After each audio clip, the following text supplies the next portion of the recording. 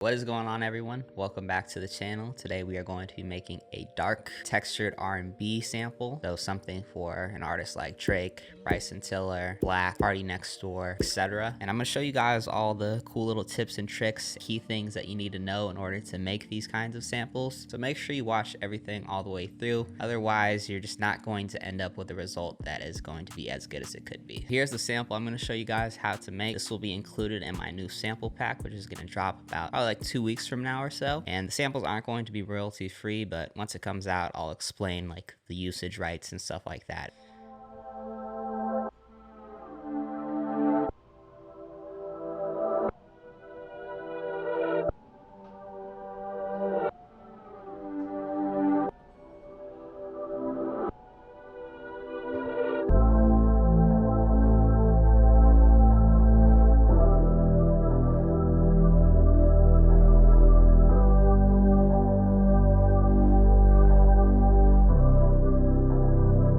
It's like the first half of the chorus.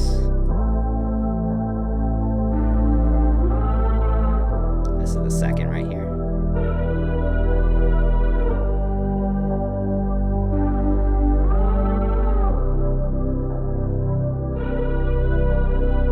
I am using a BPM of about 120. Dark RNB beats, 120 and under is pretty solid. So the first sound I'm using is chorus bells, and actually all the sounds I ended up using are from my one-shot/analog bank Blacklight. I converted all the sounds to the analog bank, as well as created some additional sounds just for the one-shot pack. All these sounds here in Analog Lab, whether you have it or not, you can still use them as one-shots as well. And I just built these chords right here. I'm gonna explain exactly how I kind of built them.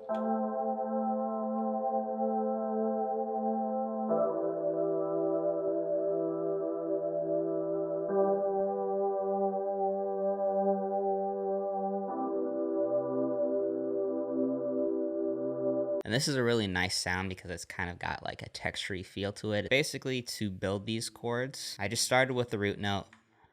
So I'll typically just go through and just start with one note at first. And so to actually build your chords, all you have to do, and I'll just start down here as like a kind of a representation, is copy this and move it up 7. 1, 2, 3, 4, 5, 6, 7. And then you kind of just go through and listen, basically decide whether it's going to be a major or a minor chord. If it's a major chord, then there's going to be 3 spaces in between from the bottom note. If it's a minor, then it's going to just be 2 spaces in between. These are the chords that I ended up getting.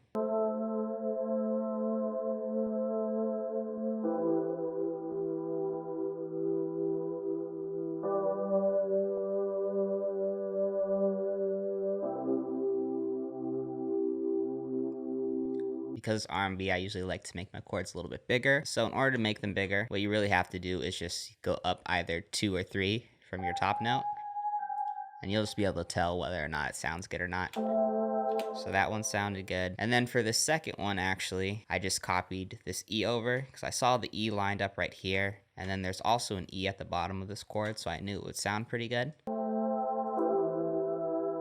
Then I also wanted to add some variation to this chord progression in a way where certain chords sounded a little bit more full than others. That just kind of adds a little bit more depth. And so what I did was I just went over and got this D right here.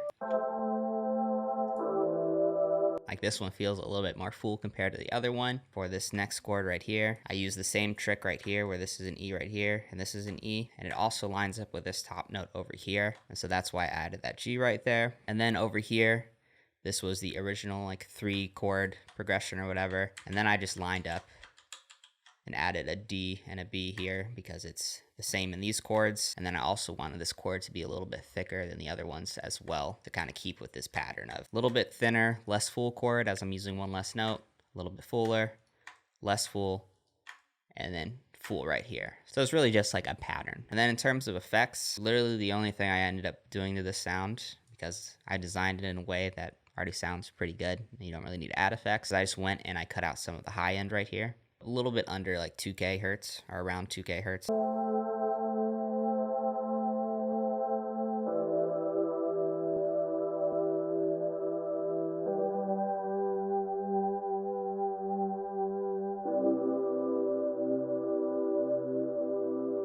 I love that chord progression. It's fucking fire. Yeah.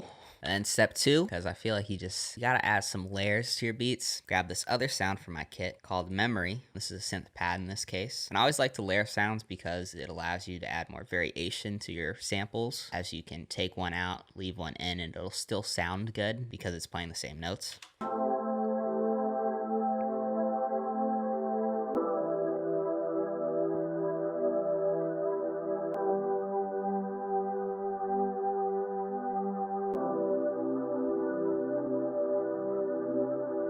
I just use some thermal to kind of just distort the sound a little bit. Then I use this stereo S1 imager. All this is doing is it's pushing the sound out a little bit more. I just wanted it to fit a little bit better with the other sound. And then over here, I'm just cutting out some of the highs and lows. And then there's a little bit of kind of muddiness, so I just push this down a little bit right here. So next is onto the bass, and you really have to make sure that you're using a dark, full, heavy bass line, or else it's just not going to sound like a dark R&B beat. This is arguably one of the most important sounds that you can use, in my opinion. And so I'm using the black bass from my bank, and so all I did here is I'm just using the root notes of every chord right here.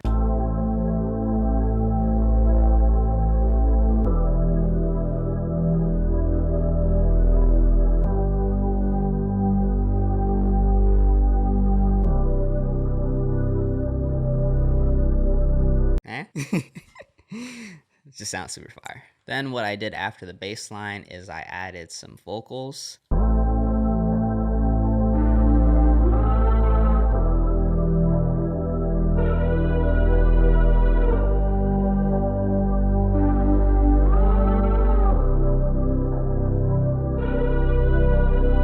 So I'm using this preset, it's called Toolbox Foxy Line. All right, so now on to some real sauce, some texture sauce. They're super important for R&B beats because you want to keep the beat as simple as possible, but you don't want it to sound flat. And so you can add textures in a variety of ways. You just grab a perk. So I'm using my drum kit Graffiti. I just got this perk like this, and basically you're just gonna want to put your perk, you can do it in a variety of places. I usually just like to do it where I'd put like a clap or something like that, so that's what I did right here. First effect I used was just some reverb, and then the second one I use is just a filter, so I cut out some of the low ends, and then I cut out the high end about 2k hertz. You're gonna want to lower the volume for this just so it kind of sits in the background.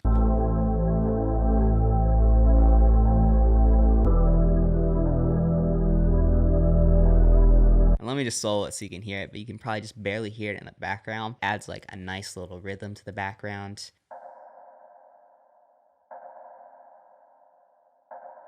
And you can do this in a variety of different spots. You can use like a perk loop and do this. You can go in and use reverse perk sounds, etc., and just add really cool textures that way. Then another way to add textures is just to add sounds from like the outside world, bird sounds, subways is one of my favorite things to add, people talking in a city. And the key with it is you just want to turn it down really low in the background. Right here, I used it on the intro. So let me turn this up so you guys can just hear what it sounds like.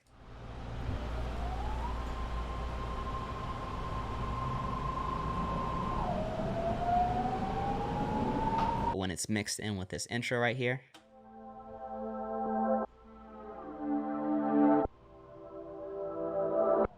you can probably just faintly hear it like a little squeaking sound, like almost like wind. Now, another way to create textures, once you have everything laid out, like we have all of our sounds right here laid out, you can either do like a combination of sounds, or you can just pick out one sound. I'll usually turn off, for example, like the perk loop and then like the bass line. And in this case, what I ended up doing, and this is kind of how I created the intro, I was really trying to create like a texture, but I was just like, oh, this would sound good as an intro. Grab this pattern, highlighted it all, then went to Control C, just turned it into an audio file. And once it was turned into an audio file, I just went up here, clicked reverse.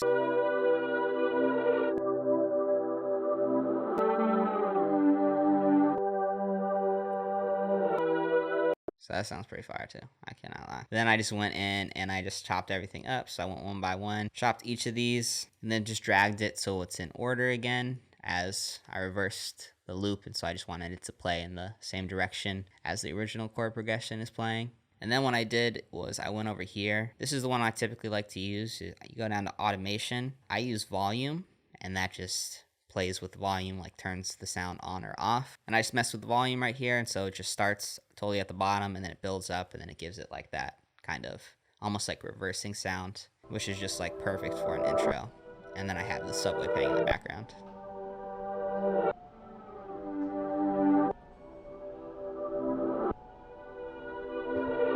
Alright, so now onto the arrangement, and this is specifically very important if you want to send this to people, as a lot of people just send loops and they just name their loop and then that's it. It's definitely not what you want to do. So right here, we've just got the intro. Then right over here would be the chorus. It's just everything playing except like the arcade vocal, and I also took out the subway texture. It just was like a little bit too much. And then the second half, arcade comes in, and then right over here, it's just like the verse. And that's typically what I'll do when I create like loops and samples. Then you want to make sure you have the stems. You want to add like a big enough gap where if your sound kind of carries over at the ending, that's not going to bleed into it. So it's easy for someone to tell, okay, this is where the sample starts and where it ends. So I just put everything kind of spaced out like right here and right here, right here, right here. And what this is going to allow someone to do if you send them the loop is it allows them to kind of change things around. It's just a must do if you want people to actually like use your loops and stuff like that. Then once you actually go and save your loop, there's a few things you need to do. One, you have to make sure you put the BPM. You must do that because people aren't going to want to go in and try and figure out what BPM your loop is. Second, and this is very helpful as well, is to indicate like what key it's in. There's this free app called Key Finder. It works pretty well, and basically all you do is just go to the website, download it, and then you just drag your audio files in here, run a batch analysis, and then it tells you what key your sound's in. And then last thing you want to do is, put your name and your @ as somebody might pull this in and then just totally forget who you are, and they'll be like, I don't know whose loop this is, because that could definitely happen as well.